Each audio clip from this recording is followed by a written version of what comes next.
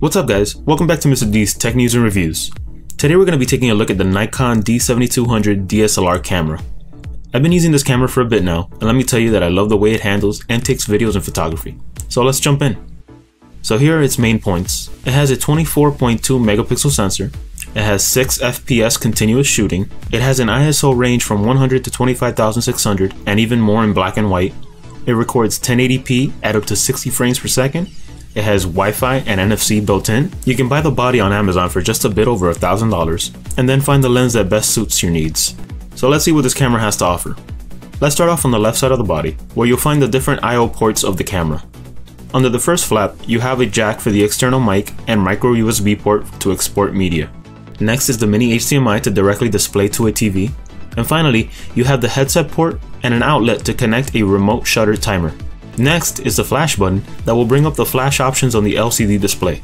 This is the exposure bracketing button. This white dot is used as a reference point when placing the lens on the body.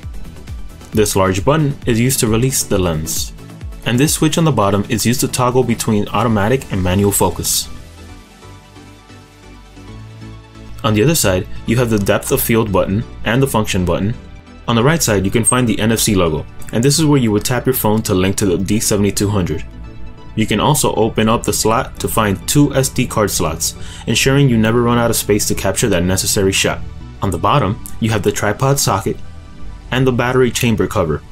All you need to do is push the yellow tab and the battery will spring up. On the top, you have the on and off switch and the shutter button, soft tap to focus, and firm tap to shoot. Here's the video recording button, the exposure button, the metering button, and here you see the control panel where you find the majority of all your information as far as exposure, aperture, ISO, battery life, and the amount of memory space left. On the other side, you have the mode dial, but I'll get back to that in a bit. On the back you have the menu button, which allows you to go through the many options of the camera. So rather than going one by one and extending this video even more, I'll just speed through them and you can leave a comment below asking me about any feature that you see.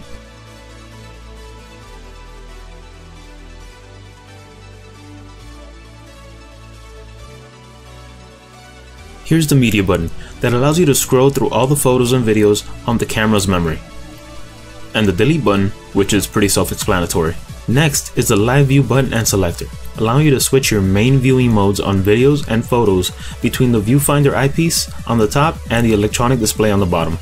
If you choose to use the eyepiece, next to it you have the diopter adjustment control, which allows you to adjust the focus of the eyepiece. The AE/AF lock button allows you to autofocus on a subject and while maintaining it pressed, move the lens to the left or right and taking the photo without autofocusing again. And here, we finally get to the mode dial. We start off on the auto mode, which as the name implies, does the majority of the work for you. Great for when you just want to point and shoot, but not the best when you want to add your own touch to the photos. Next is the auto flash off mode, which removes the flash while maintaining the rest of the auto properties of the camera. Then you have the scene mode, which helps in taking more vibrant photos while in auto mode. U1 and U2 are user modes in which you set up with your own custom settings just how you want them. In effects mode, you can apply settings to the photo on the fly before you even start editing the photo at home. Then you have manual mode, where you can alter just about every aspect of your shot. A is aperture priority mode, which is one of the most used modes when shooting wildlife. It gives you that depth of field look to your photos in which your subject is in focus while the background is completely blurred out. Shutter priority mode puts all of the focus on shutter speed.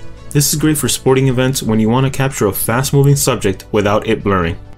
And finally is programmed auto mode, which is a middle ground between auto and the other professional modes. I rarely use this mode, but it's good for people making the transition from auto to pro modes. Under the mode dial, you have the release mode dial. This dial determines how and when the photo is taken after you press the shutter release button. S stands for single, which will take just one photo per press. CL is continuously low speed. This will keep taking photos until you let go and can be set from 1 to 5 FPS in the menu. CH is continuously high speed, which is the same but will take photos at 6 FPS. Q is quiet mode and will take photos in a slower fashion to avoid noise. Next is self timer, which you can set in the menu. Finally is mirror up mode, which will flip up the mirror when the shutter button is pressed and will then either take the photo in 30 seconds or after a second press of the shutter button. This is how a lens is placed on the D7200. Here you have the auto and manual options for the focus, the vibration reduction mode switch, here's the focus wheel, and the zoom wheel. Here are some examples of different lenses you can find for the Nikon D7200.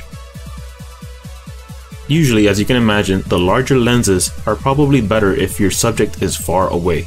Finally, here's some photos that I have taken with the Nikon D7200, so you guys can get an idea of the type of photo quality you can expect from this impressive DSLR camera. As far as video quality, while it might not be the best option for video recording, it is what I record all my YouTube videos with, so you can get pretty much an idea of the quality from there. Well guys, that's pretty much it for this review on the Nikon D7200. I hope you guys enjoyed it. Please comment below and let me know what you guys think.